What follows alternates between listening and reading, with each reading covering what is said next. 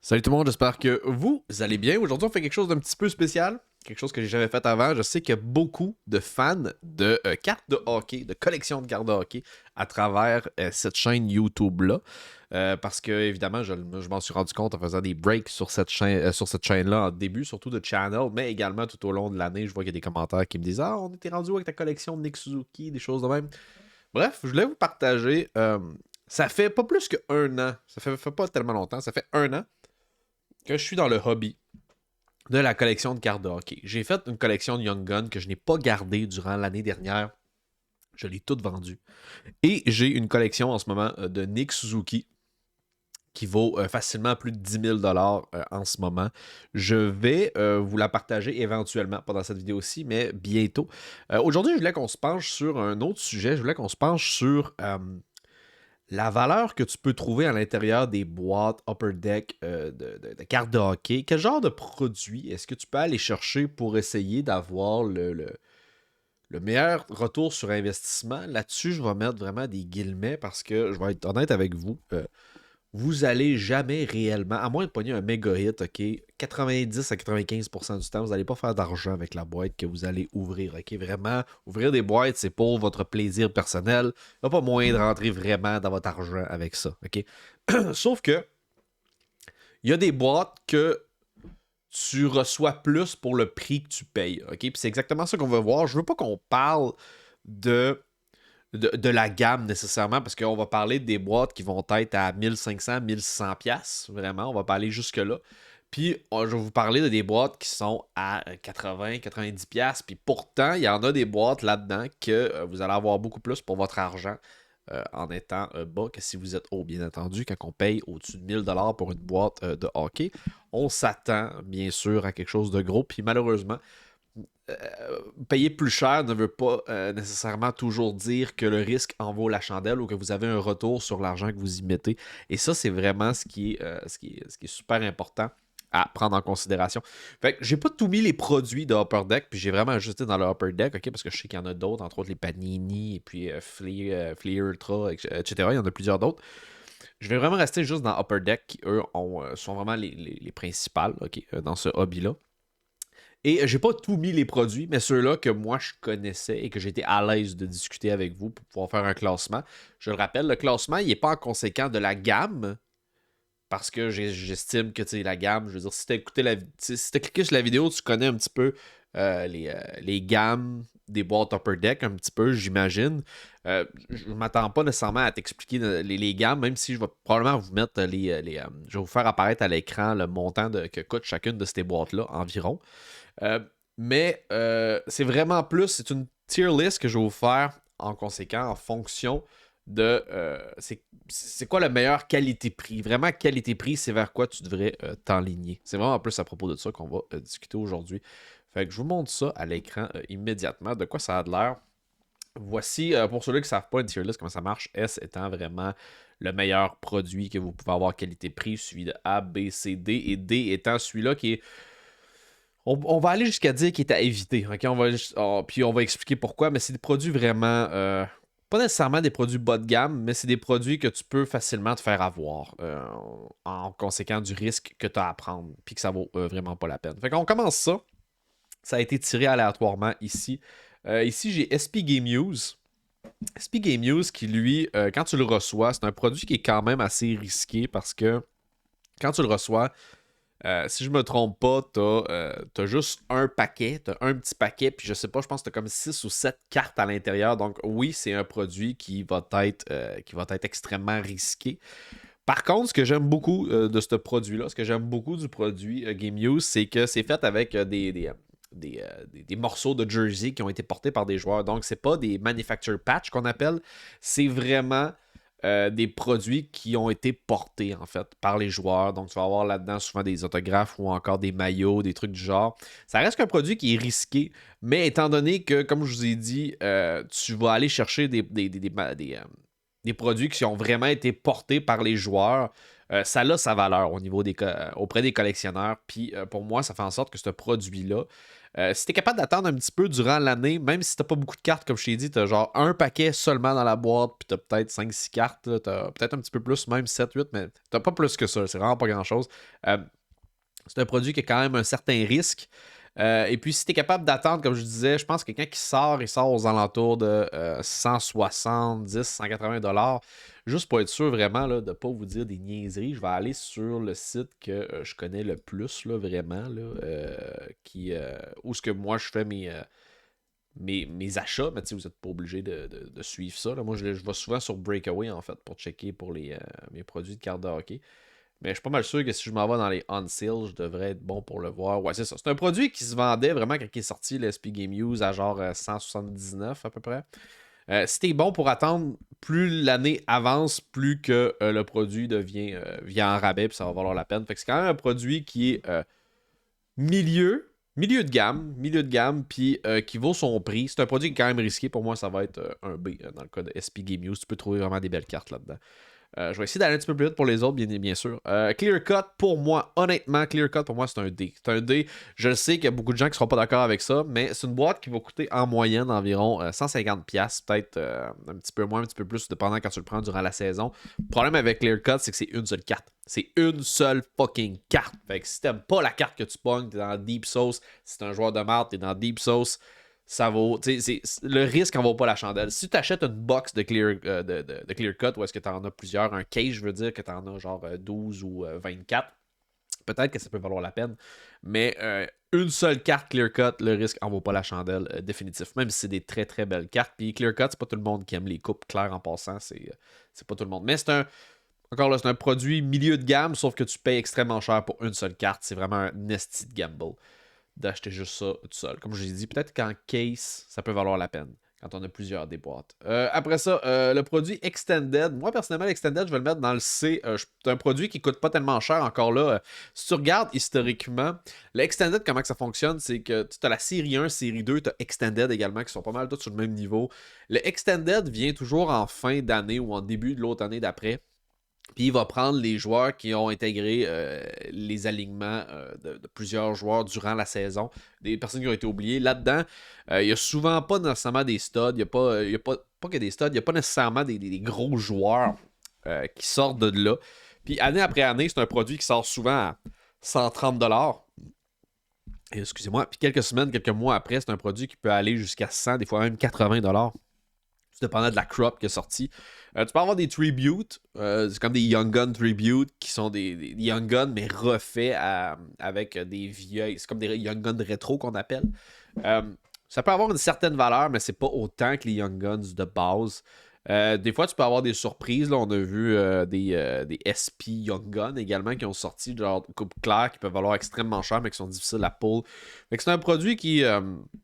All around, c'est un bon produit pour le prix que tu es capable d'avoir. Je pense que c'est pas un produit que tu achètes quand il sort, mais il finit toujours par descendre. Tu es capable de l'avoir souvent vraiment en bas de 130$, des fois même à 80 ou 100$.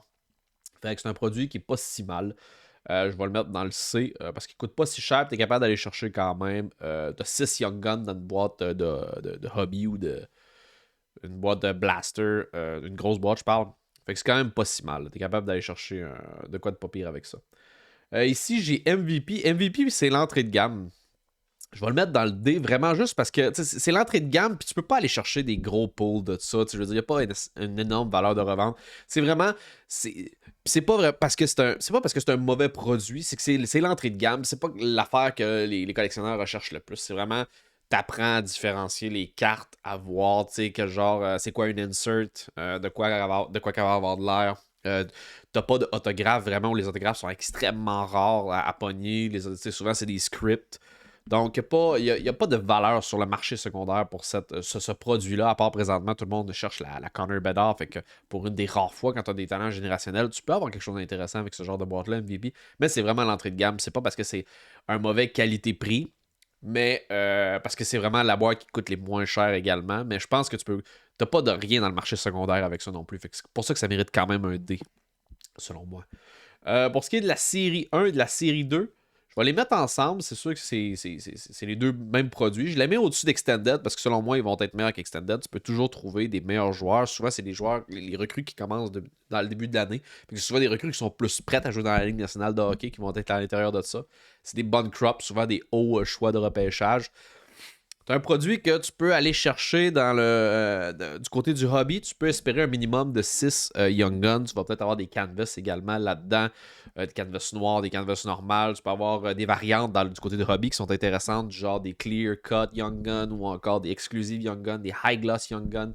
C'est tous des trucs qui sont vraiment cool à aller chercher. Je pense que le high gloss, je pense qu'il est peut-être juste à l'extended, mais je suis pas tellement certain. Tu me corrigeras dans l'espace commentaire si toi tu le sais, le high gloss, c'est vraiment dans quel produit qu'il l'a. Mais il me semble que tu peux les pull exclusives et clear cut. Tu peux les pull dans les séries 1, série 2. C'est vraiment n'importe qui commence dans le hobby, souvent il va se faire dire commence par collectionner des Young Guns, puis après ça on verra. T'sais. Fait que je te dirais que c'est vraiment. C'est un entrée de gamme, mais pour ceux-là qui veulent commencer le hobby de façon un peu plus sérieuse, puis c'est une bonne valeur de rechange, tout le monde va. Les Young Guns, c'est vraiment c'est la base de l'échange au sein de ce hobby-là, si tu veux mon avis. Fait que c'est pour ça que j'ai mis dans le B. SPX, pour moi, c'est. Je comprends les gens qui aiment ce produit-là. SPX, moi, personnellement, je l'aime pas tant parce que c'est surtout à cause de son prix. Des fois, une boîte peut avoisiner avec une bonne crop 200$, 180$, des fois 130$, tout dépendant des crops qu'il y a. Encore là, c'est pas un produit que tu vas avoir énormément de cartes d'un paquet. Tu n'as pas beaucoup de paquets. Je ne me rappelle plus du chiffre exact, mais c'est pas des cartes qui m'attirent le plus. Puis de ce que je vois sur le marché secondaire, c'est pas ce qui pop le plus également. Pour ce qui est de Premier Hockey, ça c'est vraiment une boîte high-hand qu'on appelle. Ok, c'est vraiment je vais la mettre dans le A parce que c'est là ce que tu vas avoir quasiment la crème de la crème des cartes de hockey juste avant d'aller à The Cup. C'est vraiment, c'est un gros. Tu seras pas déçu. C'est sûr qu'il n'y a pas beaucoup de cartes. C'est encore là, c'est un produit qui est extrêmement risqué. Des boîtes qui vont coûter 400-500$ facile. T'as peut-être 5-6 cartes là-dedans. Mais tu vas avoir des autographes, tu vas avoir des grosses patchs, des variantes, des low number cards. Souvent des gros joueurs. Des grosses crops. Fait que c'est pas. Oui, c'est un produit qui est risqué, mais pour la qualité de carte et puis le marché secondaire qui vient avec, c'est sûr que tu vas pouvoir vendre toutes tes cartes. Ou en tout cas, la forte majorité de tes cartes. Ça, tu n'as pas à t'inquiéter pour ça. Je vais le mettre c'est le premier qui dépasse le B. Je vais le mettre à A. Pour ce qui est de Star Rookie, entrée de gamme, D, c'est sûr que tu trouveras rien d'intéressant là-dedans pour de vrai, à part. Tu vas avoir tout le set. Quand tu commences, c'est pas pire. Tu vas avoir tout le set des jeunes espoirs qu'il y a pour l'année qui débute. Sauf que le problème, c'est que c'est sûr que tu ne trouveras pas d'autographe là-dedans, tu ne trouveras pas de number card. C'est toujours les mêmes cartes que tu trouves, c'est toujours les mêmes Star Rookie. Bonne entrée de gamme, c'est bon à avoir, ça coûte pas cher, 25-30$, mais c'est pour initier vraiment au hobby. C'est pas vraiment pas une grosse boîte. Là. Credential, je vais le mettre dans C parce qu'encore là, ça c'est un produit que je connais pas beaucoup, je dois l'avouer tout de suite. C'est un produit que je connais pas énormément. Je sais qu'il y a les tickets du début et des trucs de même. Mais mis à part ça, je sais que sur le marché secondaire, c'est pas ce qui pop le plus, c'est pas ce que les gens recherchent le plus. Quand même, il faut que tu payes pas pire pour ta boîte, genre autour de 160, 150$. Tu es capable d'avoir un rabais peut-être à 130$. Produit moyen, je favoriserais quand même d'aller chercher série 1, série 2 de façon assidue qu'aller chercher du Credential. Après ça, on a du Ice. Ice est remonté beaucoup durant l'année. Je le mets ici, mais pourrait facilement être à A parce que. Je vais le mettre à A quand même, puis c'est juste parce que tu es capable d'aller chercher vraiment. Le marché secondaire cette année a vraiment évolué au niveau du Ice. Il y a beaucoup plus de personnes qui cherchent les Ice Premier. Les Rookie Premier. Puis cette année, le set était vraiment beau. Je pense qu'il commence à monter en popularité. Je suis pas prêt à dire qu'il va être encore au même niveau qu'O-Pee-Chee Platinum, parce qu'O-Pee-Chee a déçu, mais c'est justement de lui qu'on va parler après. Mais je pense que pour ton argent, tu peux aller chercher vraiment de quoi de solide. Je pense que tu as un autographe qui est sûr également encore. Fait que le produit n'est pas encore 100% trop dilué. Ça va venir, malheureusement, on le sait tout, hein, Upper Deck qui dilue leurs produits année après année. Mais pour le moment, Ice a vraiment, cette année, il était sa grosse coche. O-Pee-Chee Platinum, je vais le mettre également à côté du A. Un petit peu trop cher. Et puis cette année, ils ont fait une grosse erreur. Cette année, ils ont tout mal coupé leurs cartes. Ok, vraiment, ça a été un désastre. Puis c'est de valeur parce que O-Pee-Chee Platinum commence à prendre du galon. Ça commence à devenir de plus en plus la valeur refuge de beaucoup de personnes également qui font la collection. Moi, je vous dirais que c'est un des top produits que j'aime le plus également. J'ai pas acheté de boîte cette année parce que les cartes étaient toutes mal coupées. Puis je voulais pas avoir des cartes mal coupées à la revente. Je vais pas m'estiner à essayer de revendre des cartes qui sont toutes coupées tout croche. Bref, je pense que ça va devenir tranquillement pas vite une valeur sûre sur le long run. Il y a beaucoup de gens qui vont commencer à vouloir s'intéresser à ce produit-là. Tu es garanti d'avoir une autographe à l'intérieur de la boîte. La boîte va coûter... Elle est sortie beaucoup trop cher au début. Elle était 230 ou 240 quand elle est sortie. Là, elle est environ à 200, ce qui est pas mal moins pire. Mais pour des cartes toutes coupées, cette année, malheureusement, on va devoir dire que c'était juste une mauvaise année parce que lui aussi commence à gagner du galon, le produit O-Pee-Chee auprès des collectionneurs. Pour ce qui est de SPA, je vais le mettre à S. Je vais le mettre à S, SPA. Parce que c'est en ce moment, c'est vraiment le produit que les collectionneurs vont s'arracher le plus en ce moment au niveau du marché secondaire, de ce que je vois. Les gens aiment beaucoup ce produit-là. C'est sûr qu'il est cher et tu es garanti d'avoir une autographe seulement. Mais tu peux avoir là-dedans quand même des sign of a time qui peuvent être intéressants. Sinon, tu peux avoir des limited auto. Il y a beaucoup de trucs que tu peux avoir autre que ton autographe qui va être... Parce que tu es censé avoir une Future Watch auto dans toutes les boîtes. Seule affaire qui nuit, selon moi, à SPA, c'est les rétros. Il y a beaucoup de gens, les puristes, qui détestent l'ajout des rétros à l'intérieur du hit inclus, dans le fond, parce que le Future Watch Retro Auto devrait pas compter comme une Future Watch Auto. Mais là, tranquillement pas vite, ils diluent leurs produits de cette façon-là. Les puristes vont quand même aimer ce produit-là, comme je vous ai dit, parce que ça reste difficile. C'est difficile à obtenir la carte que tu as besoin à travers ce produit-là. Mais la qualité est là, puis c'est reconnu à travers tous les autres collectionneurs que vraiment SPA, les Future Watch Auto, c'est l'avenir. C'est presque autant. C'est autant fort que les Young Guns, sauf que c'est beaucoup plus. C'est presque sûr, excuse-moi, que les Young Guns, mais c'est haut de gamme en fait. Fait que c'est pour ça que si tu cherches la carte recrue d'un joueur en particulier, sa Future Watch Auto, c'est vraiment c'est le summum. Future Watch Auto Patch, Limited, etc.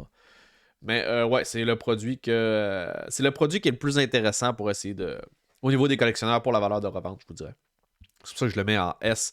Pour toi, pour ton argent, ça va quand même être difficile de vouloir pull out la carte que tu veux, mais si tu prends un case, tu risques de vraiment aller chercher des hosties de belles cartes. Là. Fait que c'est une valeur sûre comme choix pour moi. Après ça, on a Allure qui en a perdu. J'aimerais ça, je vais le mettre dans le B, puis c'est strictement à cause que c'est moi, là. Parce que je suis très conscient que ce prix-là, cette boîte-là vaut pas 130$ pour un sticker auto si t'es chanceux.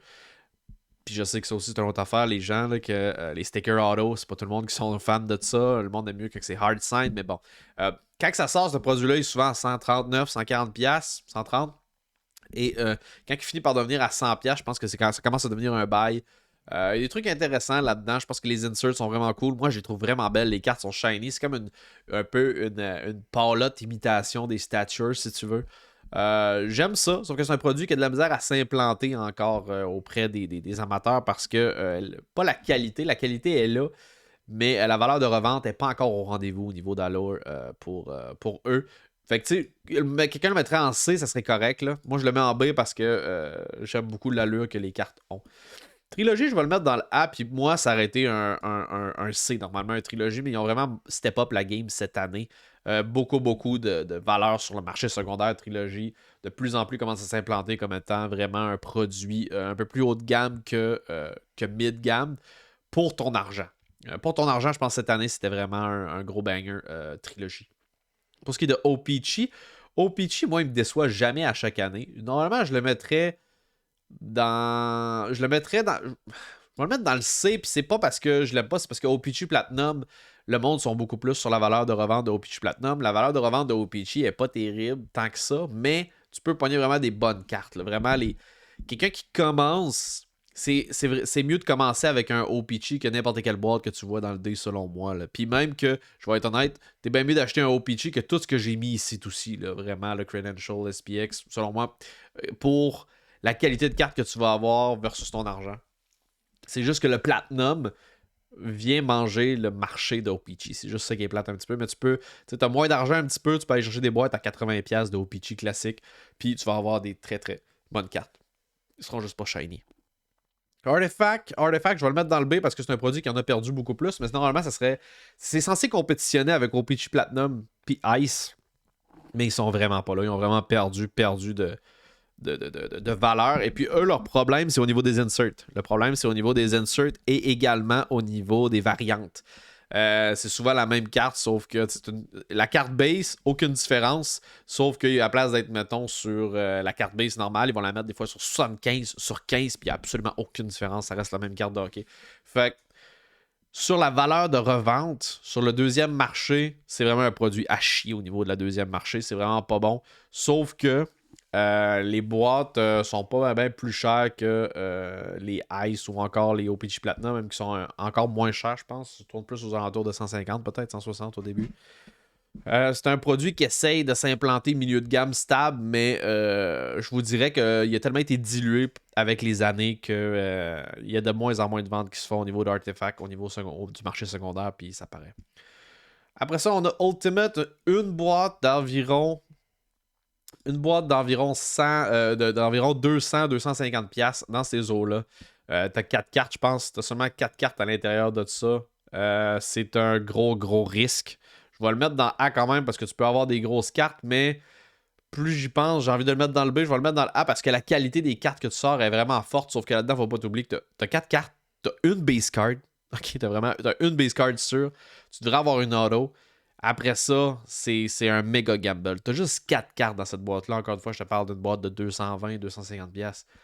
C'est extrêmement risqué, mais tu devrais sortir de quoi de vraiment beau là-dedans. Pour ce qui est de AHL, là, je vais le mettre dans le D, c'est pas un super de gros produit ça non plus. The Cup, j'ai-tu vraiment besoin de t'expliquer que The Cup, c'est genre le meilleur produit que tu peux avoir?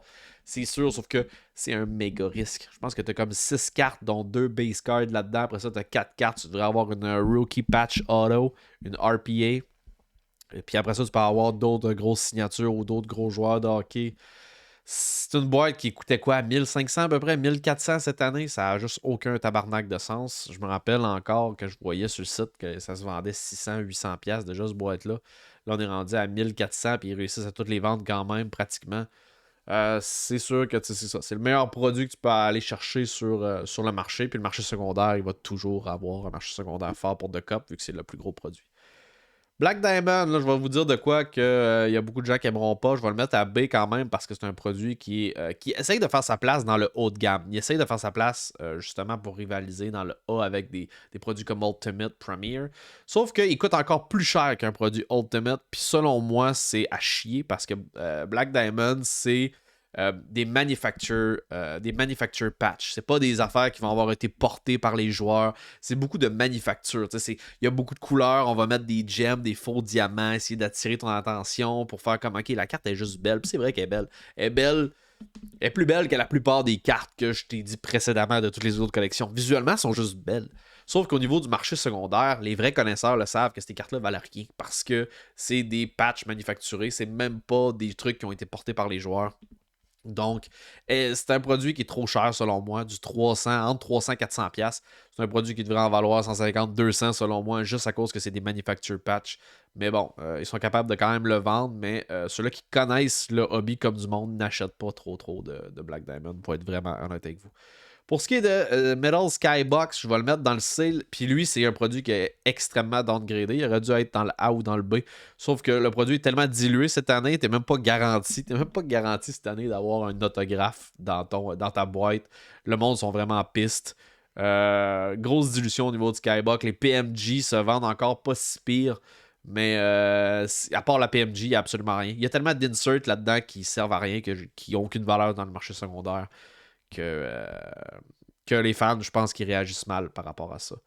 Pour ce qui est du CHL, je vais le mettre dans le D. Cette année, c'est sûr que c'est la fièvre Connor Bedard, mais tu trouveras rien d'intéressant là-dedans. Sinon, là, je te le confirme. Pour ce qui est de Parker, entrée de gamme. Hein, c'est une entrée de gamme. Ça aussi, tu ne trouveras pas grand-chose. Le marché secondaire est à chier. Puis, c'est ça. C'est pas un produit. C'est un produit d'entrée. Pour ce qui est de Synergy, je vais le mettre direct à côté de Skybox. T'es capable d'avoir un prix qui est quand même décent pour Synergy. Pas beaucoup de cartes. Je pense que t'as comme 3 cartes. Puis t'as genre 10 ou 12 paquets. Je me rappelle plus combien t'as de paquets dans une boîte. Mais t'as pas beaucoup de cartes, mais les cartes sont pas si mal. C'est que le problème avec ce produit-là, c'est la valeur secondaire, encore une fois. Sur le marché secondaire, c'est pas capable de s'établir comme étant une valeur sûre. Tu peux avoir des bons pools intéressants, puis des cartes qui sont belles. Visuellement, les cartes sont très très belles de Synergy. Moi, je les aime beaucoup. Sauf que ça sort toujours à 130, 140$, puis ça finit l'année à du 100 ou du 80$ la boîte. Fait que c'est pas capable de garder sa valeur. Pour ce qui est de Stature, moi, c'est mon produit que j'aime beaucoup plus. Cette année, il a pris du galon. Je ne le mettrai pas au même niveau que pour ce qui est de SPA et puis de Cup, mais je vais quand même le mettre au niveau de... je vais le mettre à A, parce que pour ton argent, c'est sûr que tu n'as pas beaucoup de cartes, c'est un gros risque à prendre, mais tu vas trouver quelque chose d'intéressant à travers cette boîte-là, c'est sûr et certain, parce que les cartes sont écœurantes, visuellement, elles sont super belles. Puis en plus, tu vas avoir une autographe sûre, puis tu vas avoir des low number cards, des fois des jerseys qui ont été portés toujours. Puis c'est des hard signs, c'est des cartes qui ont été signées direct par les joueurs. Donc, pour un produit qui va coûter entre 180 et 200$, c'est sûr que ça paraît cher, mais je vous le dis, pour ce qu'il y a dedans, ça vaut la peine. Amplement, ça, vous pouvez sauter dans Stature à 2 pieds joints. Merci beaucoup d'avoir écouté la vidéo jusqu'à la fin. J'espère que ça vous aura fait plaisir. Je vais vous montrer encore une fois la tier list vite faite. Fait que vraiment, moi, c'est comme ça que je vois les produits de Upper Deck. Ça, c'est comme moi, je les vois. Et puis, c'est pas nécessairement, comme je vous expliquais, c'est pas nécessairement celui qui valent le plus, qui valent le moins. Pour moi, c'est vraiment comment moi, je les apprécie en conséquent de l'argent qu'on met dedans. Donc, qualité-prix, je pense que c'est là-dedans que vous pouvez vous enligner pour l'achat de vos boîtes. Si vous êtes intéressé à commencer ce hobby-là. J'espère que vous aurez apprécié cette vidéo-là. Si c'est le cas, laisse-moi un gros pouce bleu. Abonne-toi à la chaîne si ce n'est pas déjà fait. On est déjà rendu à 26 minutes. Je vous coupe ça là. Bonne journée tout le monde. Peace out.